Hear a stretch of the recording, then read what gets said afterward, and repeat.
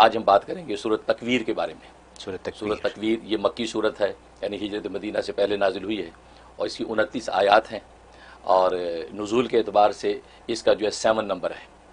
اور تدوین کے اعتبار سے اس کا جو 81 نمبر ہے۔ بڑا فرق، ہاں بہت فرق ہے۔ تو یہ عجیب و غریب مضامین اس میں جو ہے اللہ تبارک و تعالیٰ نے بیان کیے۔ 2 حصے اس کے ہیں۔ پہلے حصے میں اللہ تبارک و تعالیٰ نے کائنات کے اندر ایک انقلاب برپا کرنے کے احوال ذکر کیے ہیں، جب قیامت برپا ہوگی تو کیا احوال پیش آ جائیں گے، وہ اذا الشمس کوورت کہہ کے کہ جو ہے وہ سورج جو بے نور کر دیا جائے گا، کیونکہ تکویر کہتے ہیں بے نور کر دینے کو۔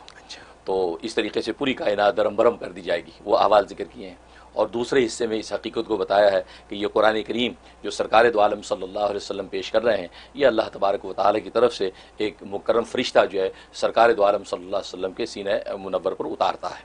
اس لیے اس کے اندر قول اعظم کا ذکر ہے۔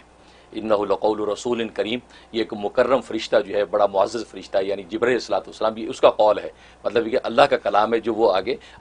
نبی پاک صلی اللہ علیہ وسلم کے سینہ انور پر پہنچاتا ہے۔ اور آگے فرما دی وما ہوا بقول شیطان الرجیم، یہ شیطان مردود کا قول نہیں ہے کہ تم یہ شبہ کرو کہ یہ کوئی شیطانی تصرف کے نتیجے میں محمد صلی اللہ علیہ وسلم خدا نخواستہ ایسے کلام کہتے ہیں، نہیں، یہ شیطان کا کوئی اس کے اندر جو دخل نہیں، یہ تو وہ فرشتہ جو اتنا طاقتور قوی ہے کہ شیطان اس کے قریب بھی نہیں پھٹک سکتا، تو یہ وہ فرشتہ کلام لے کر آتا ہے اور سرکار دو عالم صلی اللہ علیہ وسلم تک پہنچاتا ہے۔ اسی کلام کی حقانیت و صداقت کو اگر تم مان لو گے تو تمہیں جو ہے وہ زندگی کی حقیقت سمجھ میں آ جائے گی، اور یہ زندگی کی فنا یعنی قیامت برپا ہونے کے مناظر جو ہے اس کی اصل روح تمہیں سمجھ میں آئے گی۔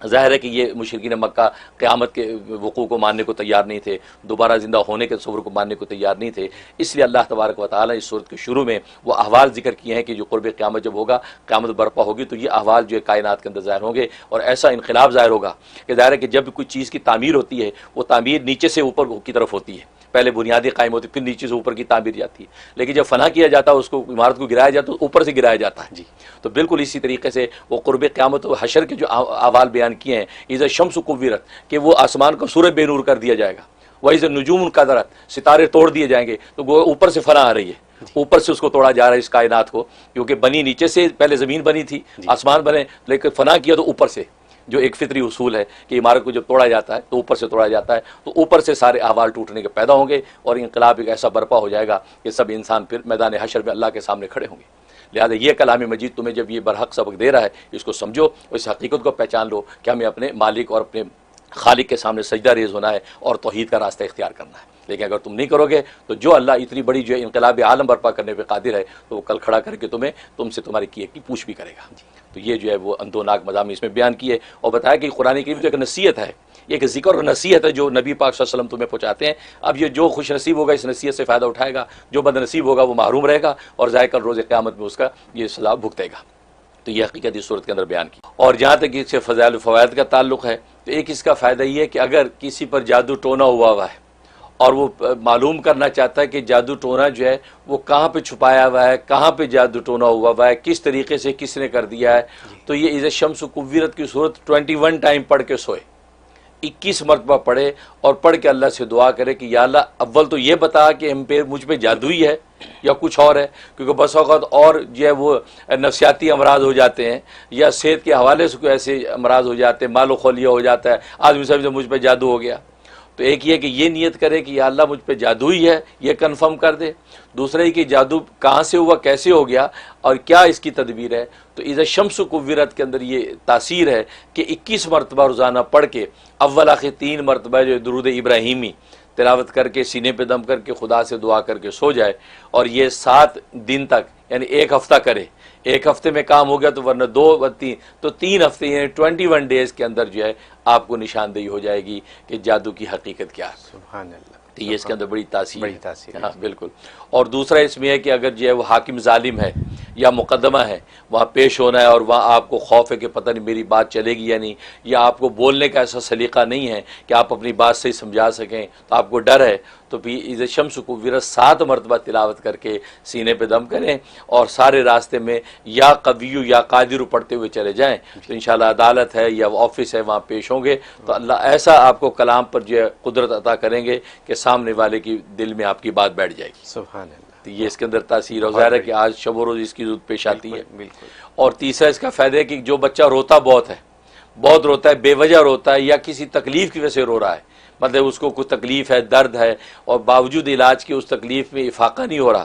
تو یہ سو اذا الشمس کورت 3 مرتبہ تلاوت کر کے اس کے دونوں کانوں میں زور زور سے 3 پھونکے ماریں، اور سامنے سینے پہ پھونک دیں، ہاتھوں پہ دم کر کے پورے بدن پہ ہاتھ پھیر دیں. تو یہ 11 دن پابندی سے کرتے رہیں تو انشاءاللہ جو بھی تکلیف ہے وہ تکلیف رفع ہو جائے گی، اور اس تکلیف کی وجہ سے اس کا رونا ختم ہو جائے گا. کیا بات ہے، کتنی ضروری چیز ہے بچوں کے لیے. زبردست فوائد اس کے. بہت. اور جہاں تک خواب میں تعبیر کا تعلق ہے تو خواب میں اگر دیکھا تو اس کا مطلب یہ ہے کہ اللہ تبارک و تعالی اس کو توبہ کی توفیق عطا فرمائیں گے، جی کہ جو معصیت گناہ کے اندر مبتلا ہے اس سے توبہ کی اس کو توفیق ہوگی، اور اللہ کی تبارک و تعالی کی طرف یہ رجوع کرے گا. ایک مطلب یہ. اور دوسرا مطلب یہ ہے کہ یہ اپنے مال کے خرچ کرنے میں بخل کرے گا، بخل کرے گا اس ڈر سے کہ مال میرا خرچ نہ ہو جائے، ختم نہ ہو جائے. لیکن اللہ تبارک و تعالی عین اسی حال میں اس کو مال عطا فرما دیں گے، بھلے وہ چوری کے ذریعے سے اس کو مال ملے، یا بھلے کسی ایسے آدمی کے ذریعے سے ملے کہ جس سے اس کو فائدے کی کوئی امید ہے، اس آدمی کی طرف سے اللہ تبارک و تعالی اس کو مال عطا فرما دیں گے، تو جس سے اس کو یہ تسلی ہو جائے گی کہ مال خرچ کرنے سے فنا نہیں ہوتا، بلکہ اللہ تبارک و تعالی کی مدد سے مل بھی سکتا ہے، تو یہ اس کو مال ملے گا. اور تیسرا فائدہ یہ ہے کہ اس کی تلاوت کا مطلب یہ ہے کہ اس کو اللہ تبارک و تعالی ایمان و یقین اور آخرت کا تصور اس کا پختہ کر دیں گے، کیونکہ اگر اس کا ایمان و یقین آخرت عقیدہ کمزور ہے تو اس کی تلاوت سے خواب کے اندر اس کو اللہ ایمان و یقین اور آخرت کا عقیدہ اس کا پختہ ہوگا، اور اس کو آخرت کی تیاری کا موقع ملے گا. بہت خوب، بہت زبردست بات ہے. الحمدللہ. اور آپ نے سورہ تکویر کا جو اندو ناک مضامین ہیں یہ ہیں، یہ کچھ ایسے ہیں کہ جو ونس اگین آئی اوپنر ہے نا، ہم کو یہ پڑھنی چاہیے اور سمجھنی چاہیے، اور اس کے حساب سے عمل کرنا چاہیے تاکہ آخرت ہم سب کی بہتر ہو. ویڈیو کے نیچے سبسکرائب کے بٹن پہ کلک کریں، بیل کے آئیکن پہ کلک کیجئے تاکہ ہر نئی ویڈیو کی نوٹیفیکیشن آپ کو مل جائے.